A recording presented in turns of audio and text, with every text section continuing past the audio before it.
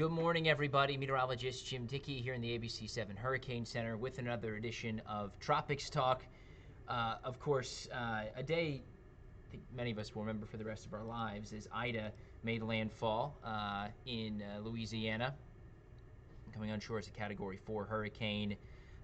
It stayed a major hurricane for 8 hours after landfall, finally weakening as it's now well inland, a tropical storm and barely a tropical storm, which we'll talk about in just a bit. But you look across the Atlantic Basin, a good indication that we are in the peak of hurricane season now.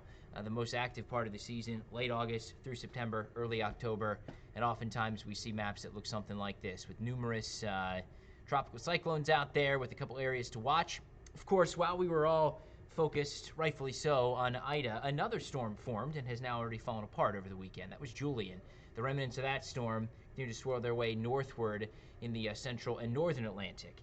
Then tracking Tropical Depression 10, it's been battered by wind shear, trying to sort of grab footing, but as for now, remains a tropical depression. And then two areas we'll be watching for potential development this week. Yes, once again, the southern and western Caribbean Sea, and also the coast of Africa. As you can see, even from this far zoomed out, a pretty impressive looking wave is moving off the coast right now. Let's begin with Ida. Does remain a tropical storm as of the 8 o'clock update from the Hurricane Center. Sustained winds of 45 miles per hour, and we're seeing the transition now from the threats brought on by a landfalling hurricane, a major hurricane in this case, which, storm surge and a catastrophic wind damage, as we're only now starting to see as the sun is coming up there in Louisiana. We're shifting from that to inland flooding as the winds continue to fall, but the rain is still pouring down. Now, you can see even from this satellite presentation, the good news is the rain is ending, and ending quickly in Louisiana entirely. We dried out hours ago in around the New Orleans area and the spots that were hardest hit initially. The rain is shifting to the eastern side of where the center is, into Mississippi and Alabama, but it is still coming down in buckets here this morning. In fact, you switch over to the radar presentation, and I have on top of the rain on the radar all the different flood warnings. Every red polygon is a flash flood warning, and really from Baton Rouge and New Orleans all the way east to Mobile, even now parts of the Florida Panhandle, northward towards Jackson, Mississippi, under flash flood warnings, with these swirling bands of tropical rain that continue to funnel in from the Gulf of Mexico. We're going to put down some big rain totals here today. And it's not just here by the coast that we'll have to worry about flooding. This is going to be a multi-day inland flooding event as the remnant swirl from Ida, even as it completely breaks down going forward, moves across the Tennessee Valley, the Ohio Valley, into parts of the mid-Atlantic, interacts with a frontal boundary, and with that you see a secondary blow-up of rainfall here on the models, parts of central Pennsylvania, West Virginia, and Maryland. 8+ inches of rain. This is going to cause a whole lot of flooding for a whole lot of folks here going through the week as Ida eventually swirls its way offshore later on this week near the coast of New England, but there'll still be plenty of rain to track as that does move its way further to the north and the northeast. Let's jump into the central Atlantic now. There is Tropical Depression 10. Not much to look at, and you can sort of see, it looks like that thunderstorm activity is trying to, sort of swim upstream. It's a sign that it's getting battered by westerly wind shear, which you can sort of make out. See how the clouds are funneling from south and west to north and east across Hispaniola and Puerto Rico.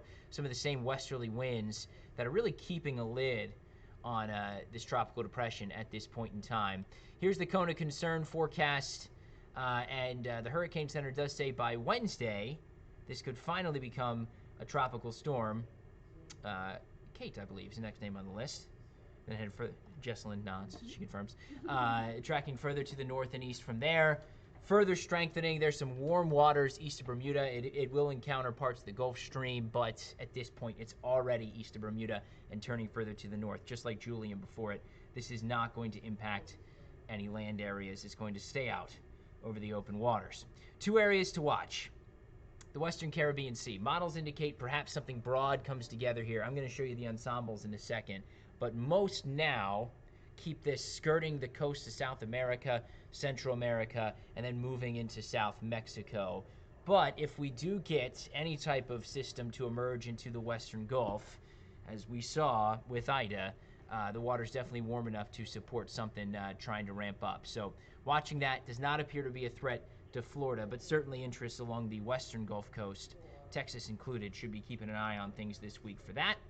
And then we jump to the coast of Africa, where a pretty robust-looking tropical wave is moving offshore. This is going to move westward here for the next 48, 72 hours. It will have the chance to develop. After that, most models you look at start to turn this to the north. So, most tropical systems that come off the coast of Africa, they're being steered by the Atlantic Ridge, the ridge of high pressure that is out there all summer long, that steers things, generally speaking, from east to west. It's pretty weak right now, and it's centered fairly far to the north for this time of year. Oftentimes you see that deep blue area extending all the way down towards the Caribbean. That would keep it more on a westerly track. But as it's already pretty weak, and then some high pressure builds off to the east of the system, that's going to likely give this a kick to the north. You see by Friday evening, though, I'm showing you pressure. This is the GFS forecast model. It has a fairly potent tropical cyclone at this time. This could be a hurricane at this point in time. That heads to the north, though, on this model. And again, most models you look at do show this one, too, staying out to sea. The two different storms here reflect, well, three, really. There's Tropical Depression 10 in the center of the map, so a few members show this becoming a tropical storm. There's the wave off the coast of Africa, either, if it gets there before Tropical Depression does, either taking the name Kate or Larry. That also makes a turn to the north, but most do have this becoming a hurricane, and a strong one at that. This could be a long track tropical storm or hurricane that thankfully does not look to impact land. And then your signal for that other area in the Caribbean showing something weak, again staying very close to land, moving over the Yucatan, but a few members do sneak into the Gulf, and that's something we'll be watching for. So yeah, it's busy out there in the Atlantic, and we'll be tracking things very closely here at ABC 7 in the coming days, in the coming weeks, as we work our way through the peak of this 2021 hurricane season. So stick with us for updates. That includes tonight, Chief Meteorologist John Patrick. He'll have the latest on everything going on out there on ABC 7 News at 6, 7, and 11. Till next time, Meteorologist Jim Dickey. Have a good morning.